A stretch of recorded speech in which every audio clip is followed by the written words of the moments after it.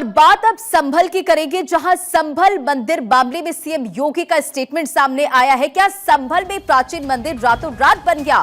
CM Yogi Adityanath ने यह statement दिया है। संभल के दरिंदों को सजा क्यों नहीं, सीएम योगी आदित्यनाथ ने यह सवाल भी पूछा। संभल नरसंहार पर आज तक चर्चा क्यों नहीं हुई, यह भी सीएम योगी आदित्यनाथ की तरफ से कहा गया। क्या कुछ उन्होंने कहा है, सुनिए। एक कितना भी राग अलापे हैं। कल संसद में संविधान पे चर्चा हो रही थी, लेकिन मुद्दा संभल का उठ रहा था। और संभल में इन्हीं के समय में 46 वर्ष पहले जिस मंदिर को बंद कर दिया गया, वो मंदिर फिर से सामने, सबके सामने आ गया। इनकी वास्तविकता को सबके सामने प्रस्तुत कर दिया। याद करिए ना, क्या वो संभल में इतना प्राचीन मंदिर क्या रातों रात प्रशासन ने बना दिया? क्या वहां बजरंगबली की इतनी प्राचीन मूर्ति रातों रात आ गई? क्या वहां पर जो ज्योतिर्लिंग निकला है, क्या यह आस्था नहीं थी? क्या उन दरिंदों को आज तक सजा क्यों नहीं मिली? इन्होंने 46 वर्ष पहले संभल के अंदर नरसंहार किया था।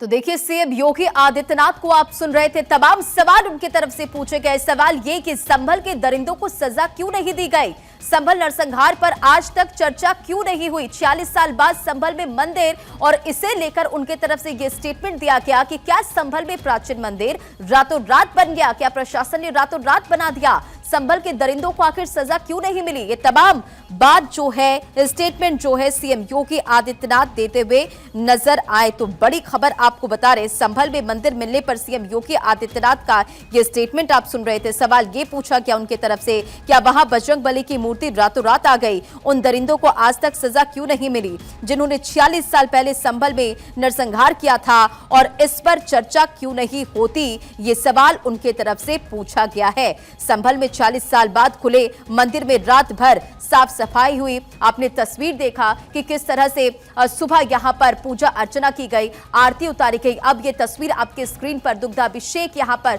शिवलिंग की होती नजर आ रही है, और ये तस्वीर आपके सामने लगातार। और मोहम्मद सद्दाम इस खबर पर अधिक अपडेट के साथ हमारे साथ जुड़ गए हैं। मोहम्मद, संभल में कल मंदिर मिला, आज पूजा अर्चना की गई, दुग्धाभिषेक किया गया, और अब इस पर सियासत भी जाहिर तौर पर हो रही है, क्योंकि लगातार हम सुबह से बयान सुन रहे हैं। अब सीएम योगी आदित्यनाथ ने भी इस पर सवाल पूछा है, क्या संभल में प्राचीन मंदिर रातों रात बन गया?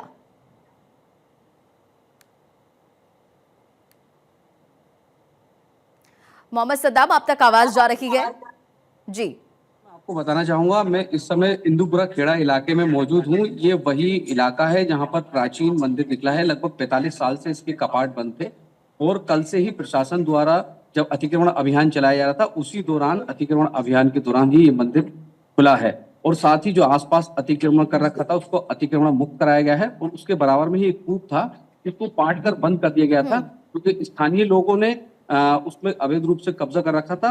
और उस कूप को भी अभी जेसीबी के मदद से खुलवाया गया है। वहीं बात की जाए इस प्राचीन शिव मंदिर की, जो कि हनुमान मंदिर भी कहा जा रहा है इसको, यहाँ पर सुबह से ही श्रद्धालुओं का आने का सिलसिला जारी है, और यहाँ पर रुद्राभिषेक के बाद पूजा अर्चना भी की जा रही है। कई भक्त भारत 24 के कैमरे पर ऐसे भी देखने को मिले जिनकी आंखों में आंसू थे, नम थी, क्योंकि श्रद्धा का मामला है।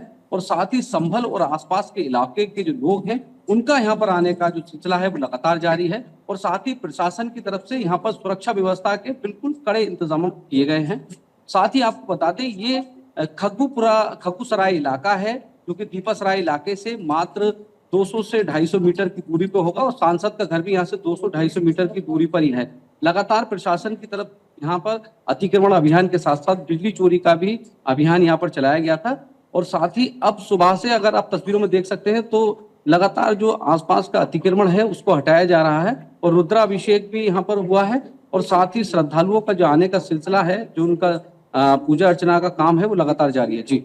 बिल्कुल। और देखिए, सीएम योगी आदित्यनाथ का भी स्टेटमेंट इसमें सामने आया है। संभल नरसंहार पर आज तक चर्चा क्यों नहीं हुई, क्या रातों रात वहां पर बजरंगबली की मूर्ति आ गई, और उनके सवाल ये भी उन्होंने कहा है कि संभल में दरिंदों को सजा क्यों नहीं मिली। इसी के साथ दोनों डिप्टी सीएम की तरफ से भी सवाल उठाए गए हैं। अब जी, मैं आपको बताऊं, जिस तरह से इस पूरे मामले पर राजनीति हो रही है, अखिलेश यादव का भी इस पर बयान आया था।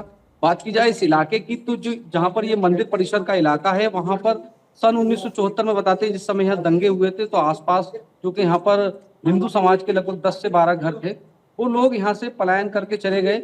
लगभग 45 साल पहले उन्होंने यहाँ से पलायन किया था, जब से ही यहाँ पर ताले पड़े हुए थे। स्थानीय लोगों का कहना है कि पूजा अर्चना के लिए हिंदू समाज के लोग यहाँ नहीं आते थे, इसी कारण यहाँ पर ये बंद रहता था। वही बात की जाए, लगातार जो कि यहाँ के सांसद हैं, वो लगातार इस पर बयानबाजी कर रहे हैं, और ज्यादातर जो स्थानीय लोग हैं वो कैमरे पर बोलने से कतरा रहे हैं, क्योंकि ये पूरा जो मामला है ये राजनीतिक रूप भी ले चुका है। तो इसीलिए लगातार प्रशासन की भी ये कोशिश है कि यहाँ पर शांति व्यवस्था कायम रहे। जी बिल्कुल मोहम्मद, और देखिए संभल में हिंसा जिस तरह से हुई, वहां पर अब जांच के लिए टीम जब पहुंची तो हर रोज नए खुलासे हो रहे हैं।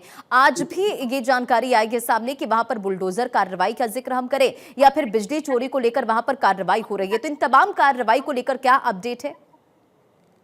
फिलहाल मैं आपको बता दूं, जहां मैं इस समय मौजूद हूं, इससे मात्र 10 से 5 मीटर की दूरी पर ही ये मंदिर है, और मंदिर के सामने ही एक नलकूप है, प्राचीन नलकूप है। यहाँ पर भी लगातार जो बुलडोजर है वो लगातार गरज रहा है, और लगातार जो आसपास बने हुआ जो अवैध रूप से कंस्ट्रक्शन है उसको हटाया जा रहा है। यानी तो कि साथ ही सुरक्षा व्यवस्था के बीच वहां पर तमाम जो कार्रवाई है वो हो रही है। तमाम जानकारियों के लिए बहुत बहुत शुक्रिया। नजर बनाए रखें।